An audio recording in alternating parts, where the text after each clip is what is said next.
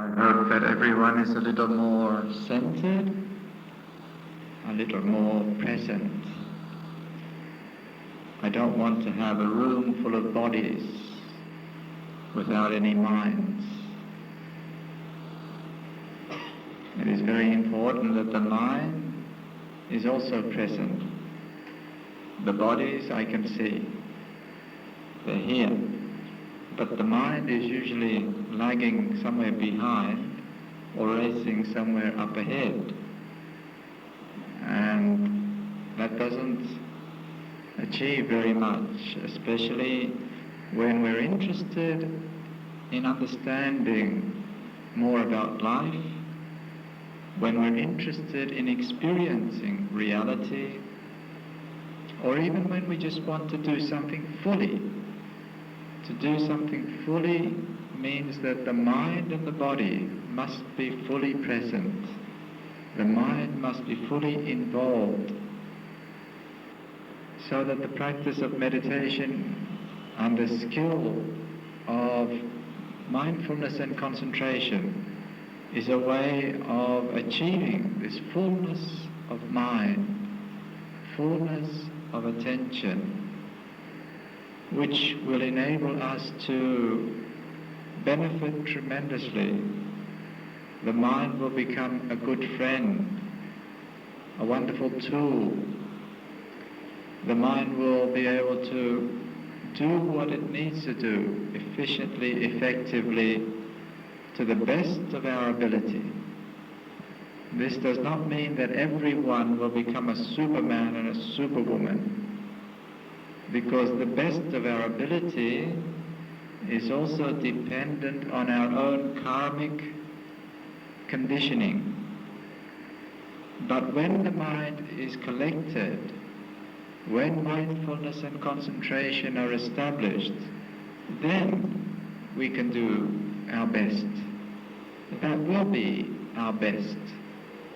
And each person will be able to do their best according to their karmic inheritance, karmic conditioning. Some people will still be better than others, but each person will do and will be at their best. So now this training of the mind is very central to the Buddha's teaching. It's very central to the Eightfold Path. We call it meditation. And as this is a Vipassana meditation group, I thought that this evening I would speak more on meditation rather than anything else. In particular, I would like to speak about not so much a technique, because I'm not really so concerned about techniques, but more about the skill of meditation. And I think it is very important for all of us to understand that meditation is a skill that is developed through patient repetition, constant practice, wise reflection. And I choose my words carefully. Patient repetition means that we have to do it. We have to keep doing it and keep doing it patiently. The ambitious mind, the impatient mind, will soon lose heart and give up, because meditation can be quite difficult at times. The obstacles are many, the hindrances are strong, and for many people it takes a lot of patient repetition, doing it and doing it again. Just think of yourself as a little baby, 10 months old. You just want to take that first step and start to walk. How many times do you get up? And how many times do you fall down? But you don't give up. You don't think, this is too difficult, I can't do this, I won't bother. Everyone here has learned to walk. So you must have tried and tried again. Patient repetition, gradually building up your strength, gradually building up your skill until you can stand, take a step, learn to walk and run. Patient repetition is very important. Constancy of practice means that we don't only do it once, we put it aside for 3, 4, 5, 6 days, maybe come back to it again, because that means we forget. We have such bad memories. We have very, very poor memories. When we meditate, we do it and we learn something, but then we forget it and we come and do it again, and it's almost sometimes we have to start from scratch again. Now, how did I do it last time? Especially if you do it for a while and then put it aside, do it again and put it aside, you tend to just never gain any momentum. You keep on coming back to square one, square one, square one. And that's not very encouraging. Wise reflection is of utmost importance. Meditation cannot be done mechanically. Meditation is not something you do mechanically. You sit down, breath in, breath out, rising, falling, rising, falling. Meditation must have life. Life means there is knowing, there is awareness. You know what you are doing. You don't have the skill as yet, so you're trying. So you know what you are trying. You know how you apply the mind. You know how much effort you're using. You know how you're trying to use this effort. And you know the results of it. And through this knowing, you reconsider and learn from that experience, so that period of meditation is always successful. There is no such thing as a failure. Oh, I failed at this meditation, this period. No, you don't fail, because you're learning something just by being wisely alert and reflecting on what you are doing, the consequences, the results, what you're experiencing. You've gained something. You know a little bit more about the mind. You know a little bit more about how it works. You know a little more about how to apply it. You know a little more how maybe to approach it differently. So wise reflection means that every meditation becomes a learning experience for us. And that is how skill is developed. Repetition alone may not make you skillful. In actual fact, after a while, it becomes so mechanical, we just do it and learn nothing. You learn nothing new. And this is true of many things, even a trade. When you start something new, like you start to, say if you do pottery, and you learn a lot of things, but if you do it every day, after a while you stop learning, you just repeat it. Nothing new. Every time you do pottery, it's just mechanical, habitual, nothing new. Meditation can become like that, where we do it, and then you just do it. Not learning, not refining, not developing.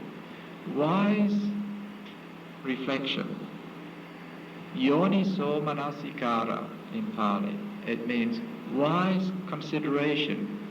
Careful attention is very, very important in order to develop skill. It is the way, the means by which experience becomes our teacher. Experience is not necessarily a teacher. The disciple has to be willing to learn. If we are not willing to learn, we keep on doing the same thing over and over again and learn nothing.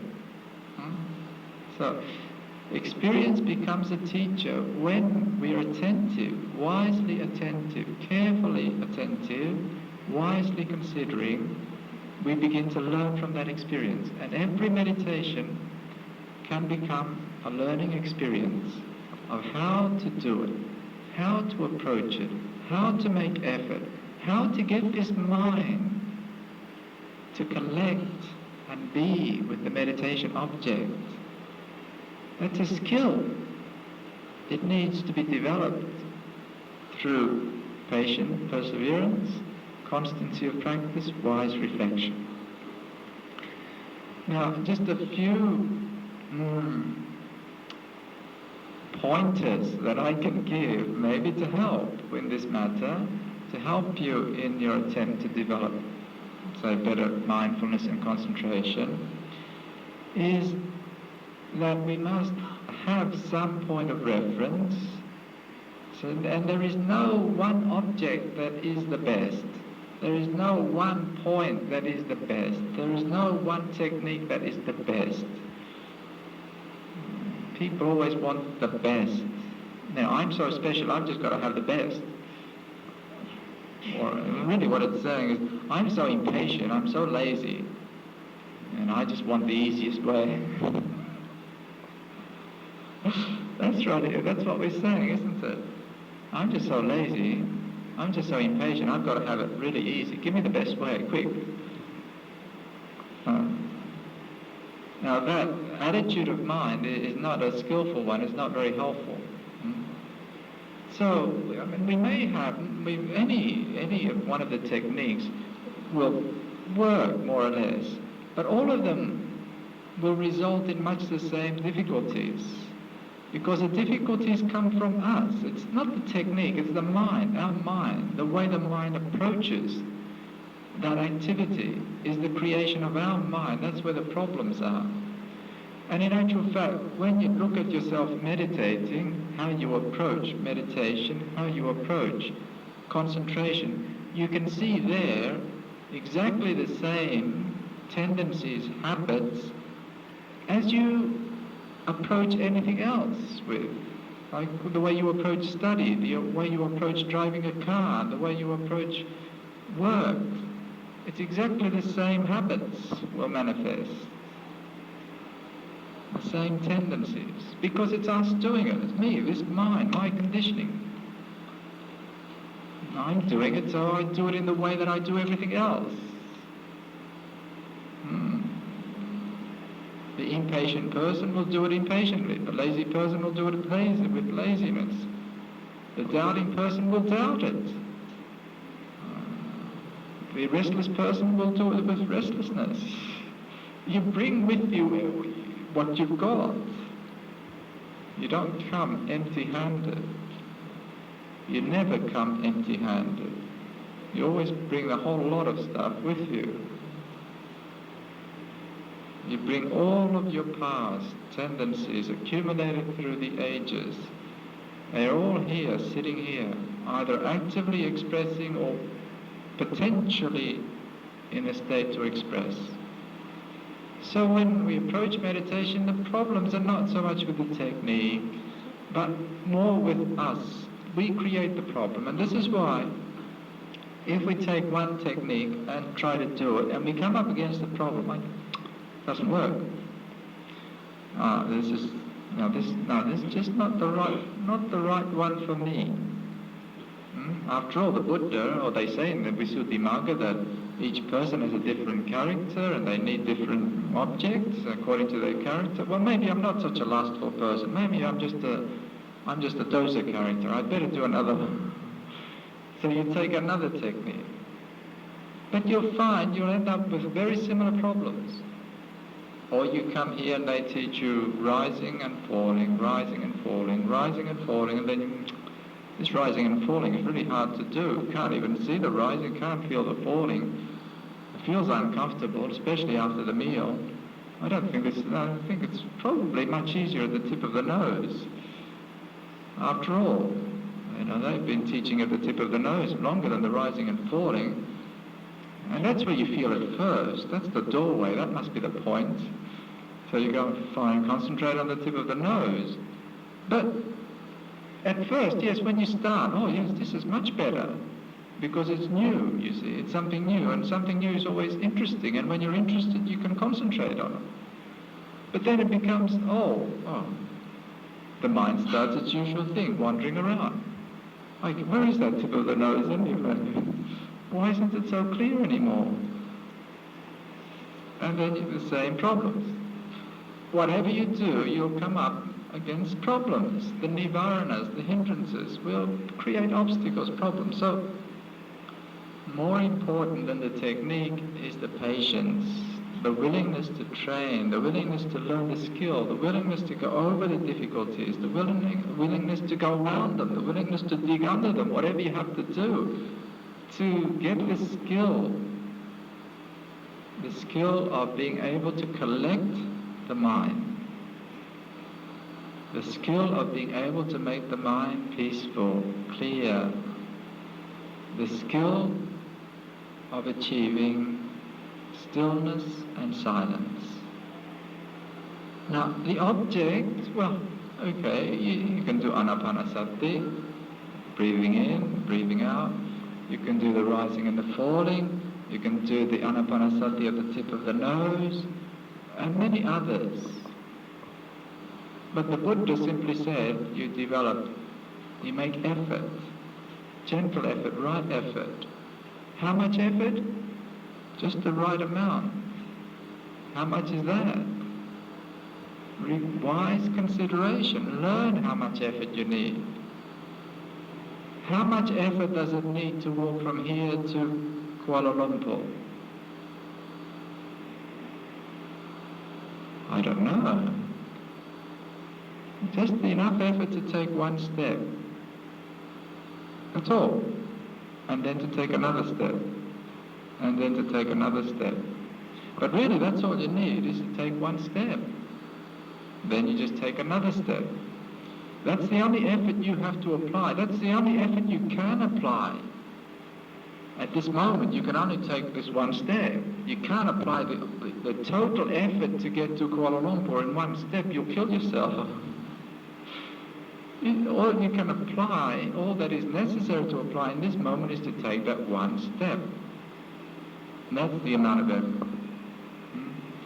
But if you start thinking, now, I wonder whether I'll be able to make it. It's a long way. I don't think I can walk that far. Then you start making a problem.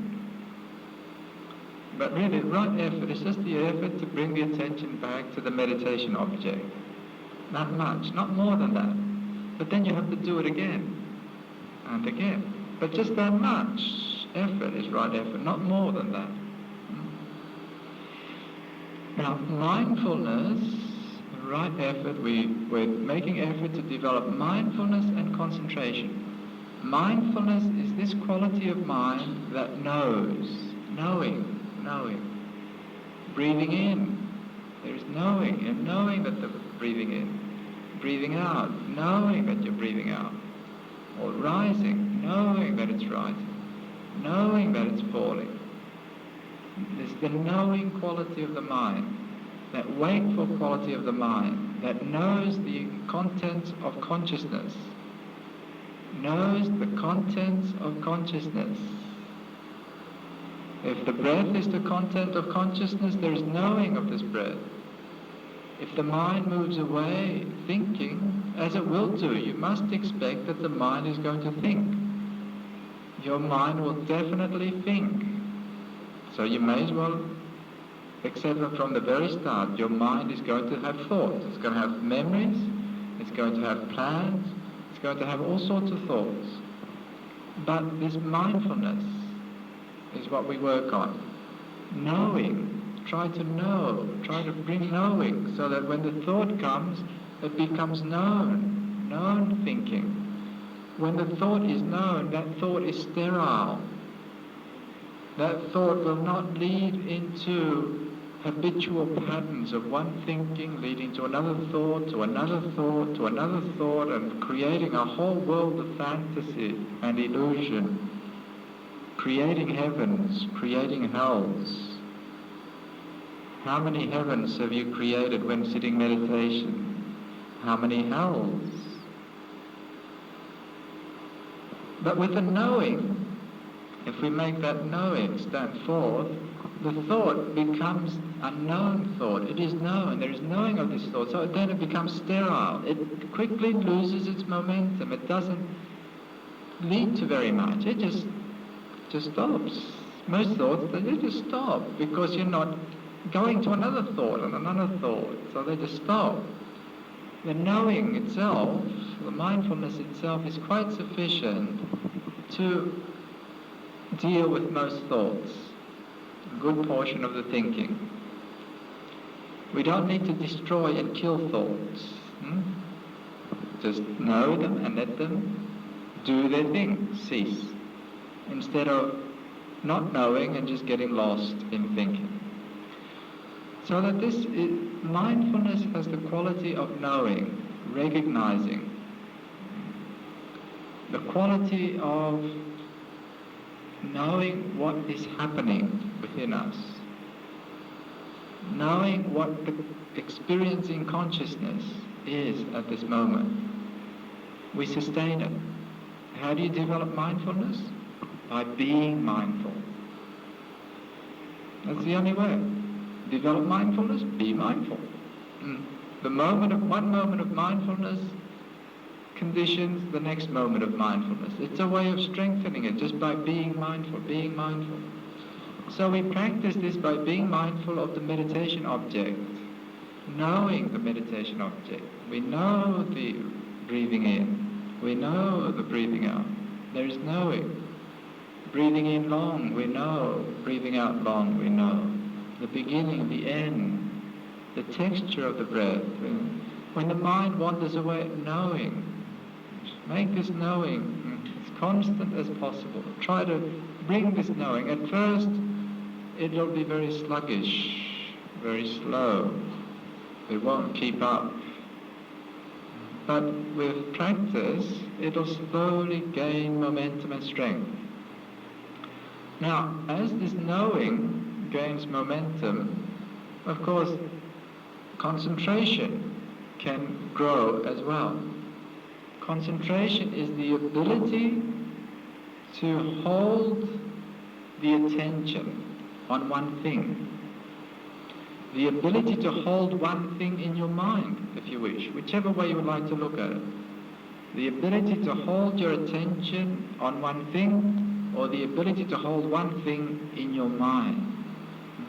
So with, say, the breath. Once the mind is becoming, it's calming with the breath.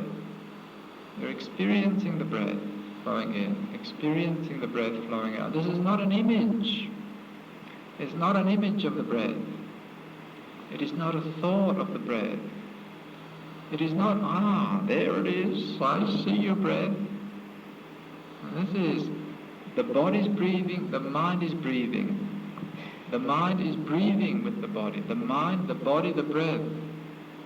The mind is breathing in, breathing out, just like the rising. The rising becomes clear because the mind breathes or rises with the rising and falls with the falling, rather than sort of just being torn apart. Half of you thinking of something, half of you watching the rising, and it's sort of, the mind is split, you see, so it's not, nothing is clear. So it's collecting and making, first of all, getting hold of that object. You're really beginning to be with the object. You're noticing it more clearly. You're beginning to see the beginning and the end of it. So you're noticing. That means that the amount of imagery and dialogue, the process of thinking, must be decreasing. We talk about thinking. Thinking is basically images or verbal mental dialogue that goes on in your mind. That's how you think. Listen to yourself. Very noisy sometimes, isn't it? Sometimes you think, this place is very noisy. Not as noisy as the inside. The noise inside is much worse than the noise outside. If the inside is quiet, the noise outside is no problem. That noise inside is the continuous activity of the mind, chatter of the mind, nagging mind. So now, as we turn the attention to our meditation object, get a hold of that object. As you get a hold of the object, you're getting hold of the mind. If the mind is with the object, it's not somewhere else thinking, planning, remembering. As the mind is holding the object, becoming aware of the breath flowing in, the breath flowing out, the breath flowing in, the breath flowing out, it means we're moving out of the realm of imagery, dialogue, distracted thinking, confused thinking, speculation, doubt, desire, aversion. We're moving out of all of that realm into just being, experiencing a very basic, simple, clear-cut, uncomplicated experience. Think. The breath flowing in, the breath flowing out. It's not something you could really have much, you couldn't write much poetry about that, because it's so simple. There's not much lust, not much aversion. There's no confusion. There's nothing confusing about the breath flowing in and flowing out. Nothing to doubt. The breath is just flowing in and flowing out. So in other words, as the mind is getting hold of the breath, the hindrances, which are these disturbances in the mind, desire, aversion, restlessness, dullness, confused thinking, begin to diminish, or weaken. The mind begins to quieten. Now as you do that, so you're getting hold of the breath, you begin to feel a little calm, a little tranquil. It's very pleasant, isn't it? Oh, to get away from that noise. Very nice, isn't it? Breathing in, breathing out, or rising and falling if you wish. Rise, whatever you're used to. I'm not making much of a technique. This is a principle, a skill. So now, once you've got hold of the object, the next thing is to collect the mind on that object. Collect the attention more fully, because the mind is still not fully on it. I mean, you know the breath is going in and going out, but the mind is still concerned with a few, maybe hearing or feeling or a bit of thinking. So the mind is still not collected. Now you've got to collect the mind. Collecting, it's a very good word. You bring it all together, all the little pieces that are sort of sneaking out the ear and out the wherever, you're bringing it in to this. Interest the mind, the object here, get closer to it. Now you know this is very fruitful because it's bringing you peace, so go closer to that object. It says get closer to it. Feel it more carefully. What do you feel? What is it? Where is the beginning of it? The end of it? What is the texture? The feeling, the sensation, whether it's the rising, the falling. You cannot do it through force. It's done through interest. You must interest the mind in this object. You don't just say, right, now I get you, mind, and stay here. I'll collect you and hold you down here. Have you tried to do that with your little son or little girl? Grab them by the scruff of the neck, you sit here, and you have to hold them there, and it's very difficult because they squirm and they soon kick you in the shin, or they start crying and making an awful fuss. Anything but sitting quietly, they won't sit quietly. Force doesn't usually bring peace. I think the world still has to learn that lesson, but I think meditators may begin to appreciate it more quickly. Brute force, willpower, is not going to bring you to tranquility. So you just can't say, okay, mind, now I've got you and I'm going to strangle you and you can't move from this object. But rather, that'll only make you tense. You'll get very tense, very tired, and you won't want to meditate again. Rather, interest the mind. What do I feel? Where is it? What does it feel like? Where is the beginning, the end? Like of the rising, the falling, the breath flowing in, the breath flowing out, the breath at the tip of the nose. Where do I feel that? The gentle touch of the breath. So gentle. Go closer. Be interested. Where is it? What's the texture? It's through this interest that the mind gets closer. Now, there's a very important thing, because interest is is the basis for concentration. But interest, the more interested you become, of course, then the mind starts experiencing, with concentration, with collecting the mind starts experiencing certain rapture, if you wish, because interest tends to excite the mind. If you're very interested, you get excited. And interest is what we mean by concentration. So now, maybe before proceeding, I want to start bringing this explanation within the context, within the Buddha's terminology, rather than just my own terminology. When we apply the mind to the object, the Buddha calls this vitakka. Vitakka means to the initial application. We apply the mind, we apply the mind, we apply the mind. Bring the attention back, bring the attention back, bring the attention back. Vitakka. Then there is vichara.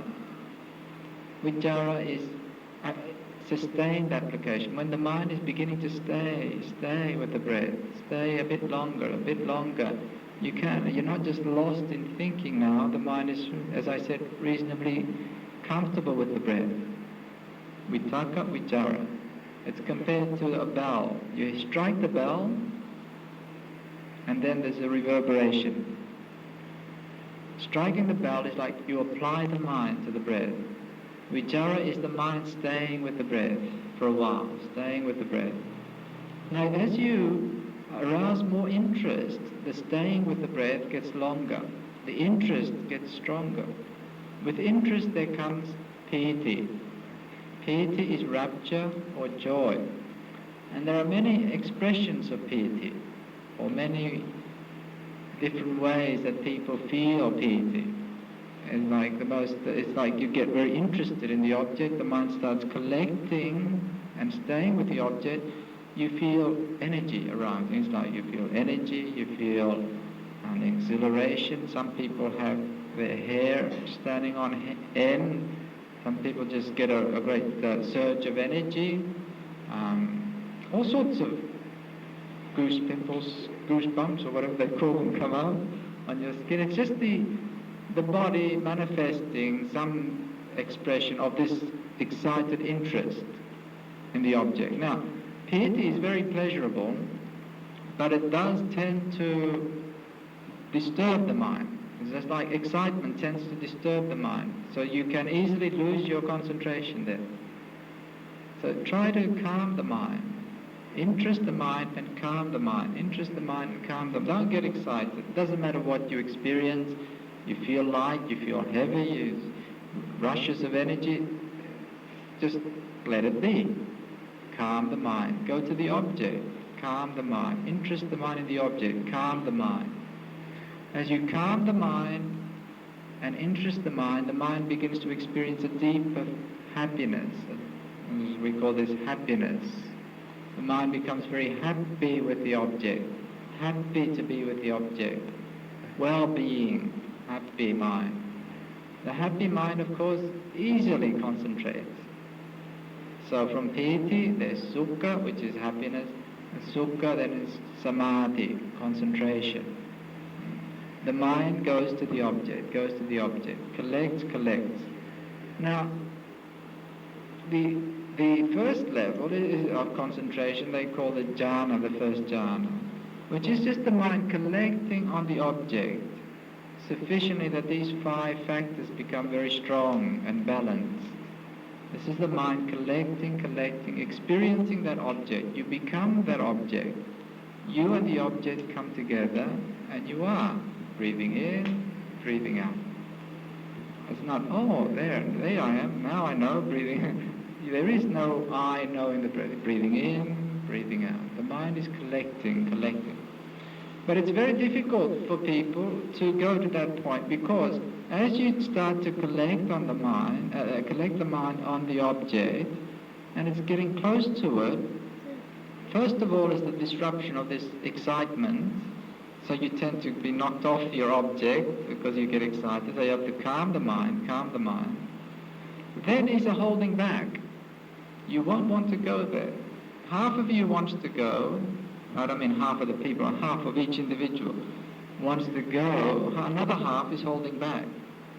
Because to concentrate in this object means to go into the unknown. You don't know what's going to happen. You're kind of a bit afraid into the unknown. You're also kind of reluctant to let go. You may lose control. We may just lose control. Because the idea of having control is a sense of me, and I'm doing this, and that's what I'm doing. So that gives us a sense of control. And the thought of just sinking into that object, lose control. Lose also a fear of losing out. Because, to go into one object, you have to give up a lot of other things. If you want to concentrate on the breathing, that means you've got to give up a lot of other things that we don't want to miss out. That's why it's only a bit of us on the breath, the rest of us still holding on to so many things. So there is this fear, not really daring to go. And the only way to overcome that is to encourage the mind. Gradually encourage the mind, teach the mind. Gradually teach the mind, encourage it. So it gradually takes goes a bit closer. It'll go one step and pull back, go another step and pull back. But with skill, with encouragement, with regularity, it is possible that the mind will eventually just sink and collect into the object. Sink and collect. The mind becomes quite concentrated. But concentration is a tranquil concentration. There is sukha, there is piti. So that there is not a tense state, it's a very peaceful, happy state of mind. Now this is a skill. It is the Buddha, and there's a lot of debate about how much concentration a meditator should develop. Well, when the Buddha defined Samma Samadhi, it is consistently defined in the scriptures as the 4 absorptions. What I've described to you is the first absorption. There's still another 3 to go. But I don't think I'll bother even talking about them, because for most of us it's very difficult to even get that far, you see. It's no good knowing a whole lot of theory and then not even being able to do the first ABC. I heard this tape once of this, he's a very good teacher, and he was giving, the tape was Introduction to Buddhist Meditation, and he's teaching Anapanasati. So on this tape he's giving the very basic, like it's for someone who's never meditated. So, you sit down and sit comfortably, maybe for 15 minutes, and do this counting of the breath. But he ends the talk by giving this detailed explanation of not only the 4 absorption states, but the next 4, which are the formless. That's the total 8 absorption states, with detailed explanation. And you think, well, that's a bit pointless, isn't it? Who's going to know about the 4 absorptions, let alone the 8 absorptions, when most people can't even stay with one breath? So just don't worry about what the formless absorptions are like. Don't worry about what the 4th absorption are like. But it's good to know this much, because it gives you enough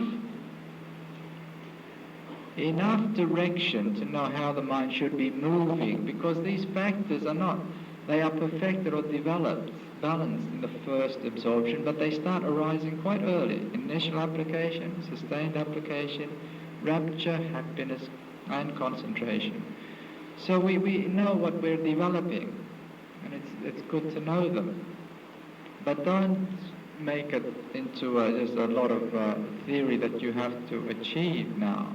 It's just to know how your mind should be developing as you do this meditation. It's a skill. So the Buddha defined Samma Samadhi according to these absorption states. These days there is a lot of debate of how much concentration you need before you can have insight, or before you can do insight meditation. I don't think we need to get into that sort of debate. I think just make the mind as peaceful as you can, okay? Just make the mind as peaceful as you can. samadhi is very helpful. If we can bring the mind to just even this level, just above the hindrances, the 5 hindrances, then the mind will be a fit tool. The mind will be able to be used in so many different ways. But if the mind is still just being blown about by the 5 hindrances, no, you can't do anything very useful. So without talking about how much samadhi, it is important to at least say that we must be able to strengthen the mind sufficiently that it gets above these hindrances. We must have the hindrances under some control, because if they're just running rampant, there's no way we can do anything. So we've got to get these hindrances under control. And the way to control them is by developing this concentration or sati and samadhi. In other words, developing sati and samadhi so that these factors become stronger, the hindrances become weaker. Now with regards vipassana, I think that there probably isn't enough time to go into that. But maybe I should just say that in order for vipassana to arise, all you can do, all you need to do, is to develop mindfulness and concentration. It is through mindfulness and concentration that insight arises. It is true that there are different ways of helping to develop mindfulness and concentration. It is also true that there are slightly different ways of applying the mindfulness and the concentration. But it is the power of mindfulness and concentration, these qualities, that enables insight to arise. When you do insight meditation, all it is saying is you are applying mindfulness in a very precise way. You're using the strength of concentration in a very precise way, with the purpose of seeing more clearly anicca, impermanence, dukkha, unsatisfactoriness, anatta, not self. But there is this mindfulness and concentration which makes it possible. Without mindfulness and concentration, there is no insight meditation, and no insight can arise. So this is what I would like to share with you this evening with regards the practice of meditation, in particular having gone into some depth, well, not so deep, but gone into some degree of explanation of the process of calming and concentrating the mind. I don't think that in any way it is to be taken as a comprehensive explanation, that's all you need to know. But maybe it's just sufficient to give you a start, and maybe for those who already have a start, it's a refresher, and maybe shedding some light on it from slightly different angles. And to that extent, I hope that it's of some value to those of you who have listened. And for those who have not meditated, then I hope that it may let's say, stir your interest to give it a go. When the popular saying in Australia is, have a go. Trying to get the Australians to do things, because Australians tend to be quite easygoing, not very dynamic, not very diligent. So they've got this cliche now, have a go. Because Australians, instead of getting out there and doing some jogging or doing some exercise, they'd rather sit in front of the television and watch other people play sports. So they get out there and have a go. Instead of just talking about meditation and listening to meditation, we do have to actually have a go at it. Now I'd like to give you the opportunity to ask questions, and please don't hesitate or feel shy about asking questions. That is a very interesting phenomenon. I'm looking forward to it with dread. But I think we're all going to experience some of it. Very interesting. Well, the symptoms of senility are well known. They're actually becoming, I don't know whether there's more of it these days, or whether it's just that people are living longer, so there's more opportunity for it to be noticed, or that it's just becoming more recognized and diagnosed. So, but there definitely is, there are many, many more cases of pre-senile dementia and all these forms of malfunctioning and the failing of the faculties being reported, and I think in medicine these days, certainly in Australia. Now, senility, we normally, besides the physical process, we're talking about the mind. Usually it means the dementia sets in. Dementia doesn't mean, it's not like, usually we think it's like going crazy, but it's a different thing altogether. Dementia is losing of the mental faculties, the faculty of perception, the faculty of reason, the faculty of memory, the faculty of creation, thinking. So that we begin to, because that is our world, you see. We get raw information through our senses, but then the mental world is the world of our perception and how we associate with other things to identify, and through memory, and then how we process that through the process of thinking and association to create various things. Now, dementia means that certain parts of the brain they just stop functioning, or they start deteriorating, and that affects the way we perceive. I mean, our perceptions start to become distorted, and our memories start to fail.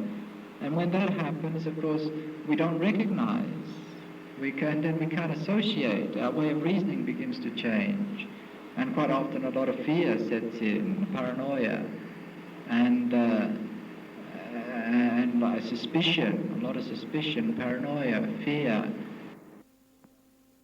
And quite often a lot of fear sets in, paranoia, and suspicion, a lot of suspicion, paranoia, fear, and it's very difficult to function then in the world.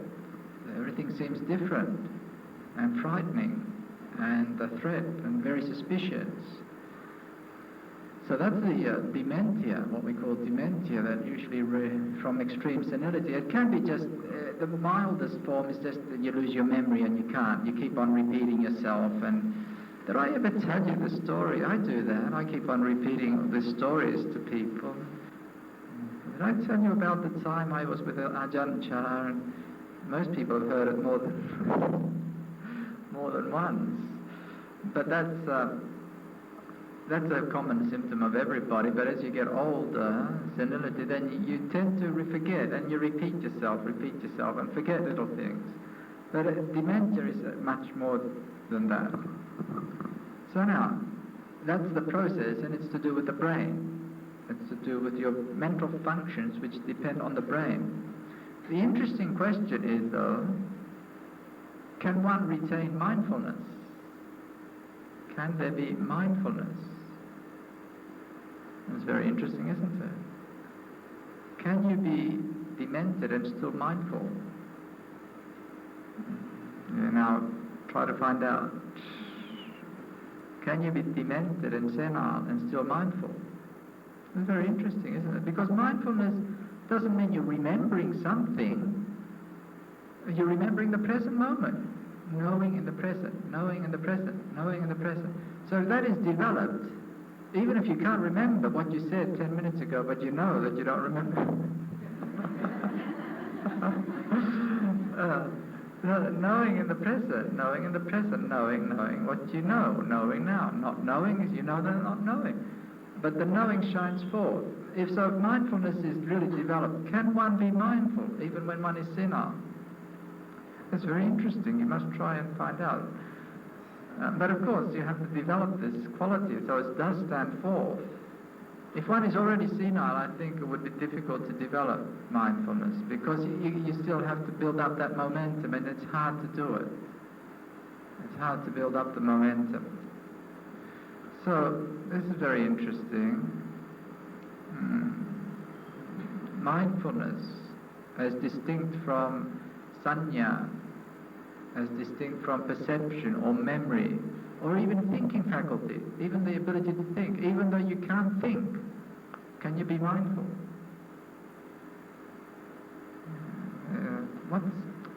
What's this person's name? I should know this person's name. You don't know, you can't remember it. But you can know that you don't know the name. Now, how do you do this? I can't remember how to do this. Or I just can't. I can't follow this logic. But you know you can't follow the logic. So there's hope still. That's my understanding of senility, dementia, and I've contemplated it quite a lot because it's very interesting that what's happened to Venerable Ajahn Chah, my teacher, 8 years ago. He'd been slowly deteriorating and becoming more sick. And then about 8 years ago, he went into this,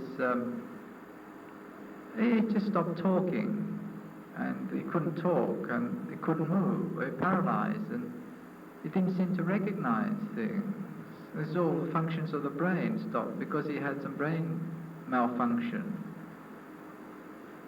And so people always, how can that happen to, he's supposed to be an arahant. I'm not saying he is. He's supposed, people think that. Or even if he's not, how can that happen to a meditation master? Well, the body, mental faculties, they're all impermanent. They deteriorate. If the arahant's body deteriorates, it deteriorates. If the arahant has brain damage, his faculties, his ability to perceive would be hindered. His ability to think may be hindered.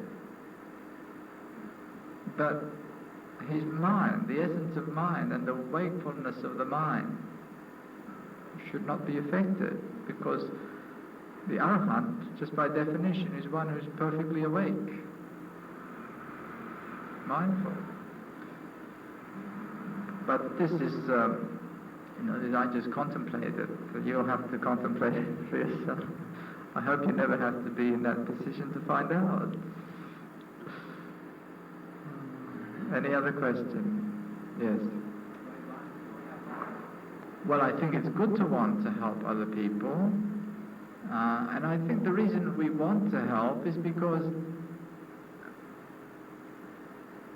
first of all, I think we do have an affinity.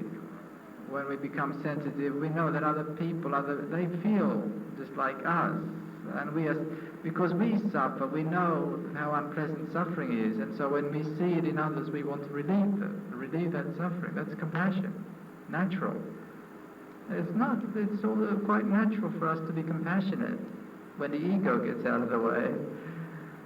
But the other thing is that also our lives needs to have a purpose. If we live just very selfish, miserable, just me and mine and what I want and leave me alone, it's not a very pleasant life.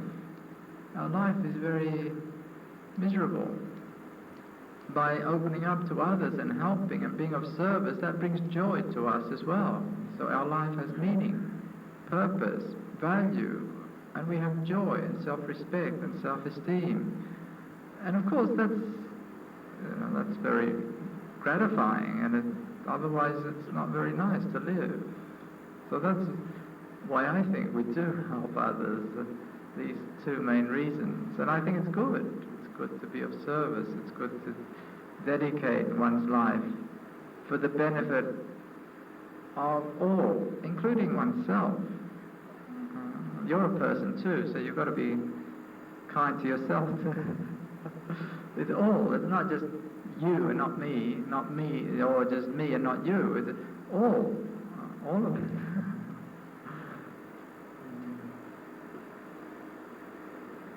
Any other questions? Just now you mentioned about wise reflection, Yoniso Manasikara.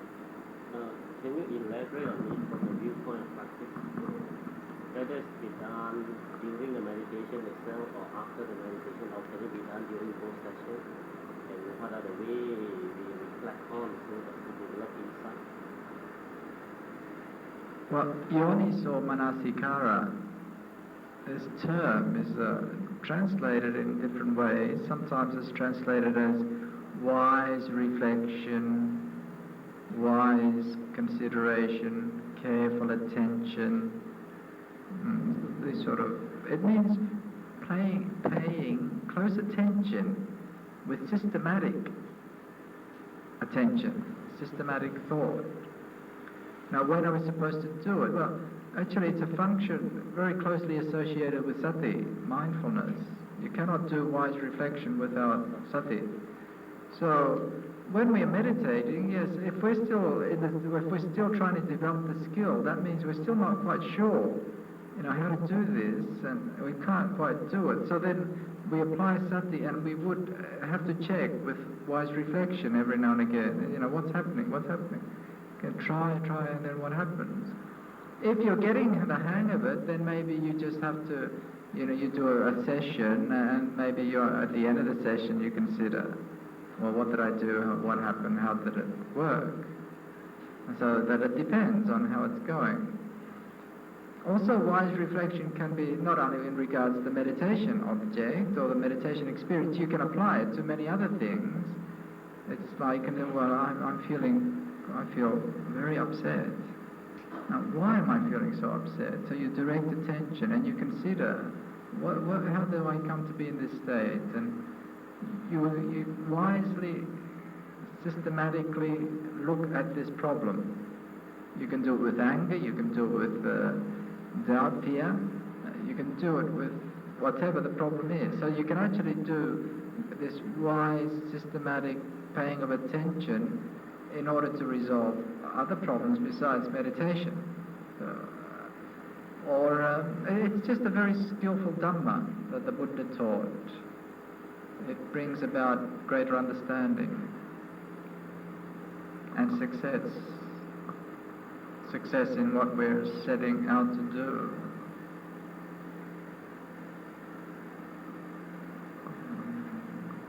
Other questions? Yes.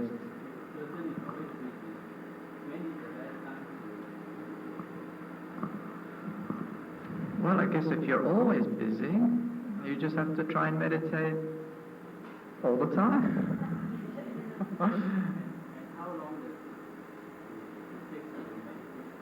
Well, when we talk about meditation, as this evening I was talking about formal meditation where you sit down like we did at the beginning of the session, I would recommend develop that as a mental calisthenics, mental exercise, that you would at the very start maybe do 15 minutes and build it up to half an hour if you can, and just try to find a time when there's half an hour, usually a quiet place, when you're not too busy, when you're not going to be disturbed, and try to do it for half an hour.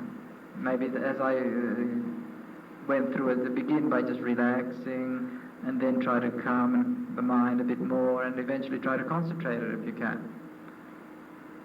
So that, for half an hour, if you can do it in the morning or in the evening or both, would be very good. But also I must add that I usually encourage people, especially people who are busy, to try and develop more the meditation of mindfulness in ordinary situations. Take advantage of ordinary situations to be mindful. Apply mindfulness in ordinary situations, especially the easy ones, when you're not so busy but you're just doing simple things. Bring this quality of wakefulness, know what you are doing, do what you are doing, fully, mind with the body doing it. Get the mind to stay with the body, do what you are doing. And that sort of meditation is something you can develop more easily as part of your life, integral part of much more of your daily activities. But that in itself requires a skill that you have to learn and develop. Any other question? Yes.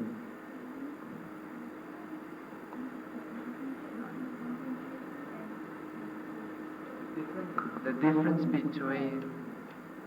difference between concentration and meditation. Well, you see, meditation is an English word that is used to translate the Buddhist term Citta Bhavana, mental cultivation. Concentration is used to translate the Buddhist word samadhi. The difference is that Citta Bhavana is a more general term. It refers to more. Samadhi or concentration refers to one specific aspect. Meditation refers to the whole process of training the mind, applying effort, developing mindfulness, so that concentration can be developed. Concentration is just that one aspect.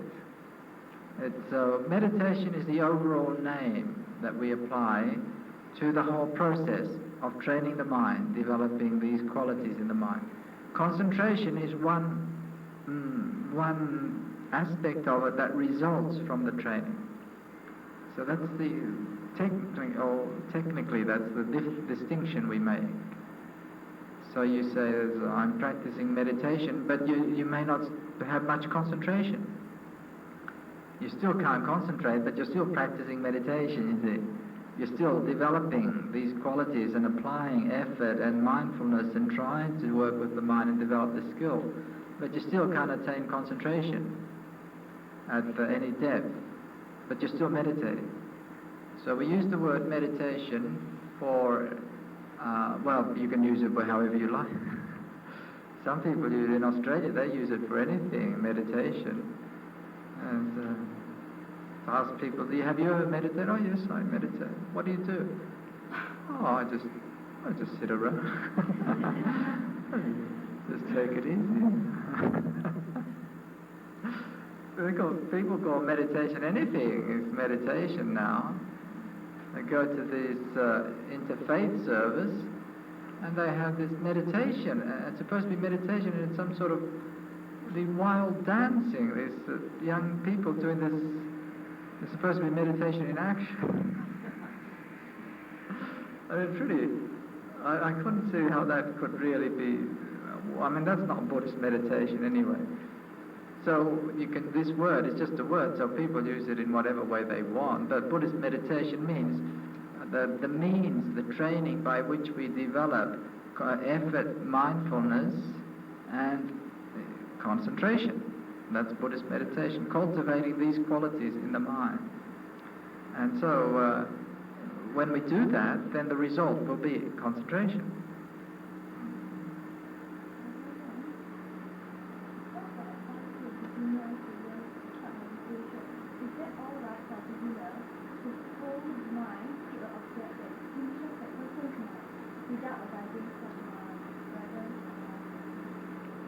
Yes, you can. Certainly you don't need too much guidance to do simple meditation, simple relaxation and concentration. But in terms of the object, although I say the object is not so important, that's not, I mean, I exaggerate maybe, because obviously some objects of meditation are not very good. Like you don't want to be concentrating on anger, or something that, really excites the mind or disturbs the mind. Your goal is clarity, peace, tranquility, so the object must be something that helps or conducive to the attainment of that. So first of all, the object has to be a skillful object. Secondly, it should be something associated with calm and tranquility, wholesome. So then it would possibly be all right. But the classical, say breathing is very good, because you always breathe. Wherever you go, you're breathing. And it's good to turn to, or a mantra, something that you hold in your mind, a phrase, or you hold in your mind is very good, because you can always bring it into your mind. But the breath has special advantage because you don't have to create it. It's there. There's no ego in it. The body breathes. Whether you know it, the body breathes. Whether you don't know it, the body breathes. The body just breathes. And so it's a way of just focusing on something that is, that requires nothing from you to create it. That's why we do natural breathing. We don't do the control of the breath, because that's you controlling the breath. this is just the body breathing in, breathing out, and the mind just collects, relaxes, stops. There's no ego required in breathing. Even arahants breathe and they don't have any egos.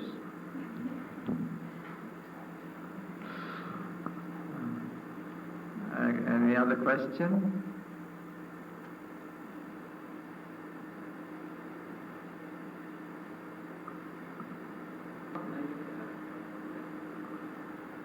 Well, with this sort of sensation, so whether it is whether it's a tension or whether it's just a sensation, nerves sometimes.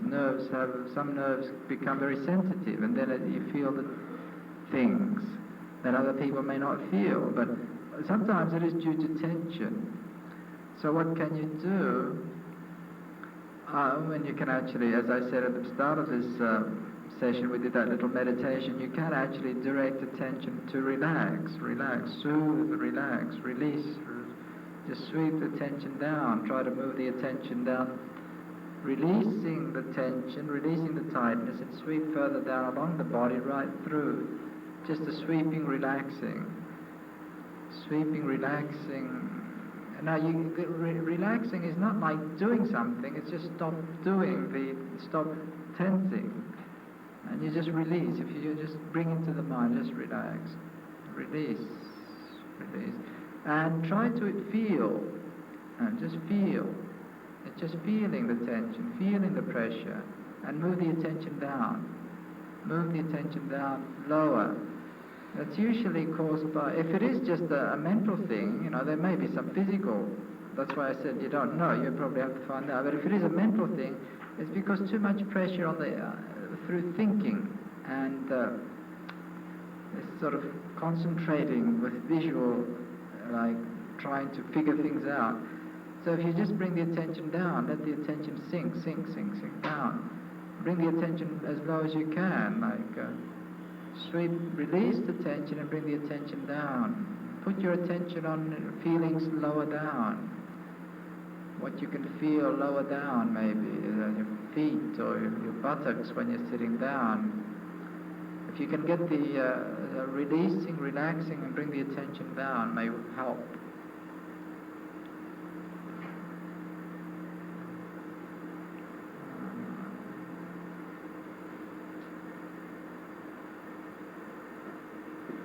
Any other questions? There's no difference. You still have, you see, that's using mindfulness. It's in keeping with the Buddhist instructions on mindfulness. You can also concentrate on any feeling in the body. But when you're just like doing with movement, it's more like mindfulness of movement. You know you're moving your hand. If you also concentrate, then you put your full attention on certain aspects of that movement. So that's developing mindfulness and concentration around the physical activity. If you do it very slowly and in a very concentrated way, you develop strong concentration. It's a way of applying mindfulness and developing concentration. That's all. It's quite a good thing to do. But if you see the important thing, and it's good to do it in a meditation retreat, and you can do it very, very formally, but even more important is to learn to do that in a very relaxed way in the ordinary situation. Can you be mindful when you're walking ordinarily? Can you be mindful when you're just eating ordinarily? Can you be mindful when you're just working? Can you have that presence of mind? That's very important, to bring that, that's like a specific exercise. Now you've got to be able to do it in the ordinary situation. Yes? There are some people where I come across when the moon is affected by the moon. Do you think that their minds are affected by the moon? Do you think that meditation will help that problem?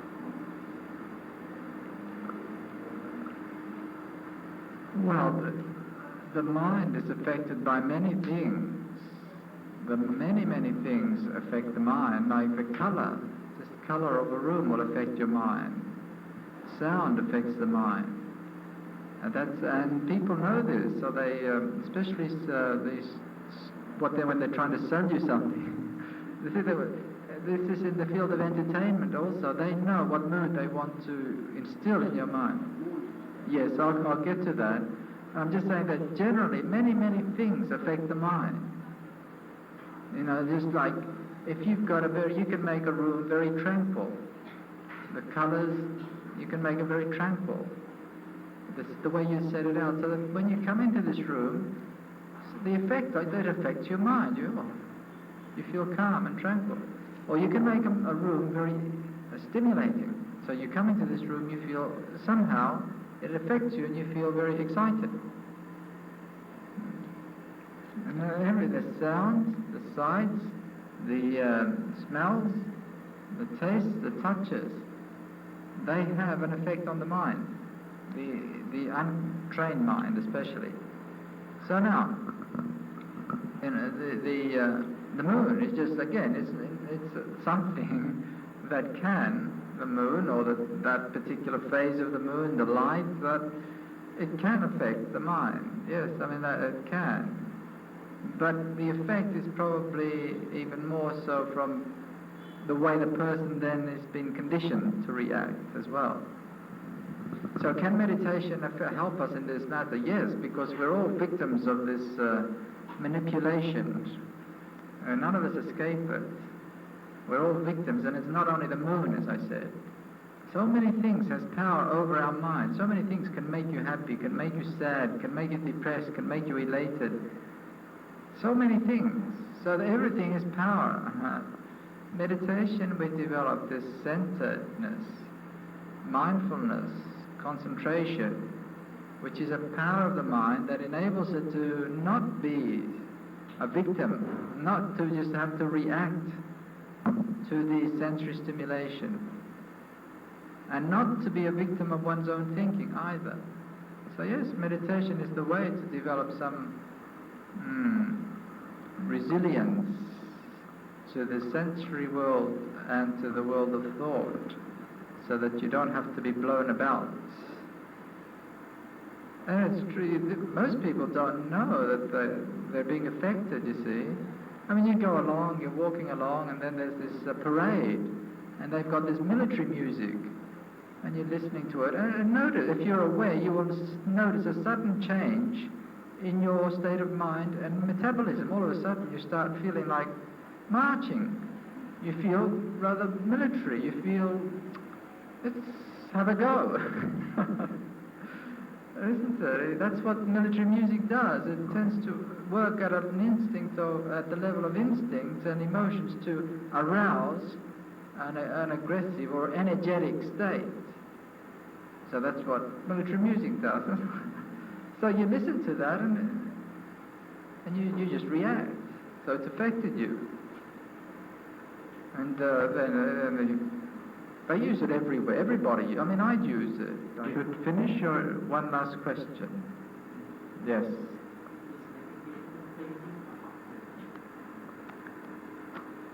The purpose of meditation is actually to go beyond thought. However, you can use thought as a tool in order to slowly quieten thought. So you can use thought in meditation in order to help the mind become more and more quiet, so that eventually it can experience something beyond thought. So that thinking can be used in meditation. It's not an enemy, but thinking itself is not sufficient. It's not meditation. Also, thinking can be used in a contemplation, directed thinking, like it's because thoughts they are like seeds in the mind. We plant seeds so that particular results come. So that we do discursive meditation is like thinking in a directed way, but not a lot of thinking. It's just like if you do loving kindness meditation, you may use the thought, may I be happy. Just that one phrase for a while, and then may others be happy. So it's not a great deal of thinking, but that thought, that seed thought, helps to arouse a particular mood or a particular feeling. So we can use thinking in meditation, but thinking itself is not what we call meditation. And the actual purpose of meditation is to be able to experience, to be able to separate ourselves from thinking, because that is one of the areas where we're caught so firmly, is that we think about life, we think about ourselves, we think about. But that always means that we're somehow in duality, and it's always around and round. So now in meditation we're trying to get to the center.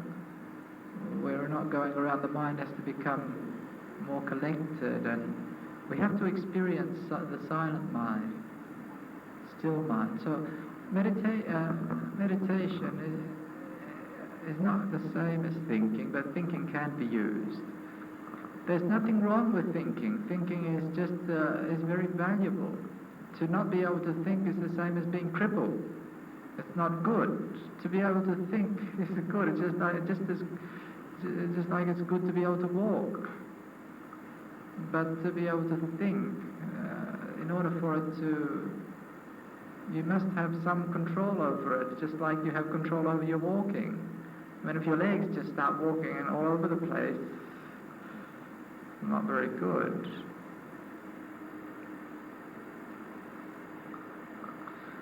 Well, I think maybe we will finish the formal or the sort of gathering, because I know some people will want to leave and maybe they feel embarrassed to walk out, as if I've got you trapped here, especially as I'm sitting close to the door. But I will stay a little bit later in case people do want to follow up with more questions. Quite happy to stay a bit later and answer further questions. Yatha varivaha pura paripuranti sagarang evam eva ito tinnang te tanang upakapati ichitang patitang tumhang kipameva sami chatto sabbe purantu sankapam chanto panaraso yatta manichoti raso yatta sappetiyo vivajanto Sabbaro kovina satumate bhavan vantarayo sukhitika yoko bhavan apivadanasi mesanicang uta pacayino chattaro dhamma vatante ayuvano sukang balang bhavantu sabba mangalang rakantu sabba devatam Sabba Buddha Nubhavena Sabba Dhamma Nubhavena Sabba Sankha Nubhavena Sada Soti Bhavantu Te. I wish you all Ayu Vana Sukha Phala.